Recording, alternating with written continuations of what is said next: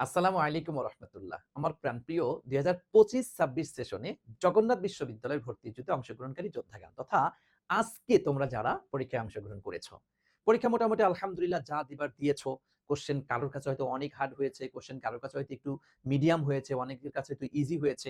একেকজনের কাছে একেক রকম হবে, এটা স্বাভাবিক কথা। যে যেমন পড়েছো সে তেমন পরীক্ষা দিয়েছো। যা দিয়েছো আলহামদুলিল্লাহ। এখন তোমাদের সবচাইতে বড় প্রশ্ন মনের মধ্যে এখন ২ টা। ২ টা প্রশ্ন কি? একটা হচ্ছে যে জগন্নাথ বিশ্ববিদ্যালয়ে এবছর কাটমার্ক কত হতে পারে? অর্থাৎ কত হইলে আমি চান্স পাবো ইনশাআল্লাহ? নাম্বার 1।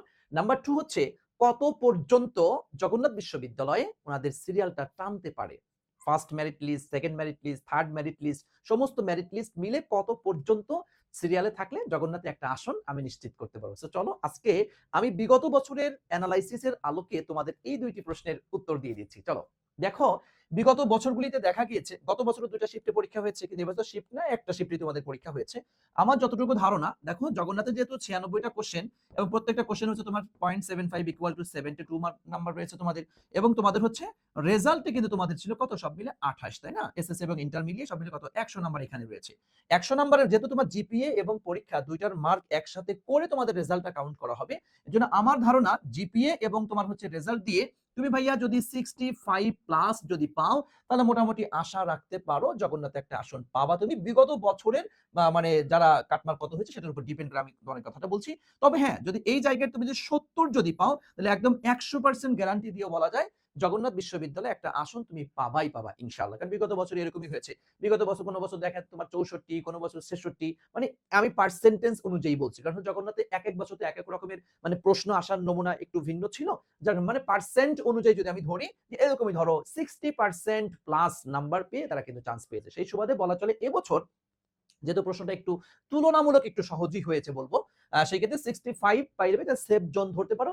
আর যদি তোমার নাম্বার হয় 70 মানে তোমার হচ্ছে পরীক্ষার যে পরীক্ষার নাম্বার এবং রেজাল্ট ২ টা মিলে যদি 70 হয় তুমি নিশ্চিত থাকতে পারো একটা আসন তোমার হবেই হবে ইনশাআল্লাহ। এবং সর্বশেষ যেটা তোমাদের হচ্ছে যে কত পর্যন্ত ভাইয়া যেতে পারে সেটা হচ্ছে দেখো ৯০০ তুমি নিশ্চিত থাকতে পারো। ৯০০ পর্যন্ত 100% যাবে এর মধ্যে কোনো সন্দেহ নেই। তবে এই জায়গাটিতে তুমি যদি ১০০০ এর মধ্যেও যদি থাকো তাহলে তুমি আশা রাখতে পারো। এখন তোমার প্রশ্ন যে ভাইয়া জগন্নাথে তো মাত্র ৪৬০ প্লাস আসন।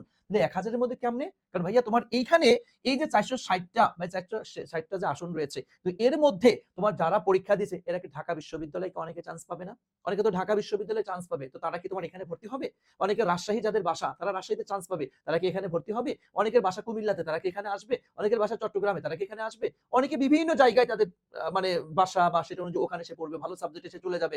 এর জন্য সবকিছু মিলিয়ে দেখা যায় যে ১০০০ এর মধ্যে থাকলেও তুমি একটা আসন পাওয়ার সম্ভাবনা অনেক বেশি রয়েছে। বিগত বছরগুলিতে দেখা গিয়েছে কোন বছর মানে ধরো তোমার উনাদের অন এভারেজ সিট অনুযায়ী ৮৬০, ৯০০, ৯২০, ১০০০, ১০২০ এরকমটা হয়েছে। এজন্য আমি এভারেজ একটা হিসাবে বলছি যে ১০০০ প্লাস মাইনাস এর মধ্যে থাকলে তুমি একটা আসন অন্তত জগন্নাথে পেতে পারো। এখন তুমি যত সিরিয়ালের সামনে থাকবে তত ভালো মানের সাবজেক্ট তুমি পাবা। সুতরাং কমার্সের শিক্ষার্থীরা আমি তোমাদেরকে বলছি এবছর সর্বসাকুল্যে আমার কাছে মনে হচ্ছে কাটমার্ক তোমার হয়তো 65, 66 সর্বোচ্চ 70 তুমি 65 প্লাস যদি পাও এটা সেফ জোনে থাকতে পারবা। 70 পাইলে ১০০% নিশ্চিত থাকতে পারো তুমি চান্স পাবাই পাবা ইনশাআল্লাহ। এবং তোমার সিরিয়াল যদি ৯০০ থেকে ১০০০ এর মধ্যে থাকে ইনশাআল্লাহ তুমি জগন্নাথ বিশ্ববিদ্যালয়ে পড়ার সুযোগ তুমি পাচ্ছ।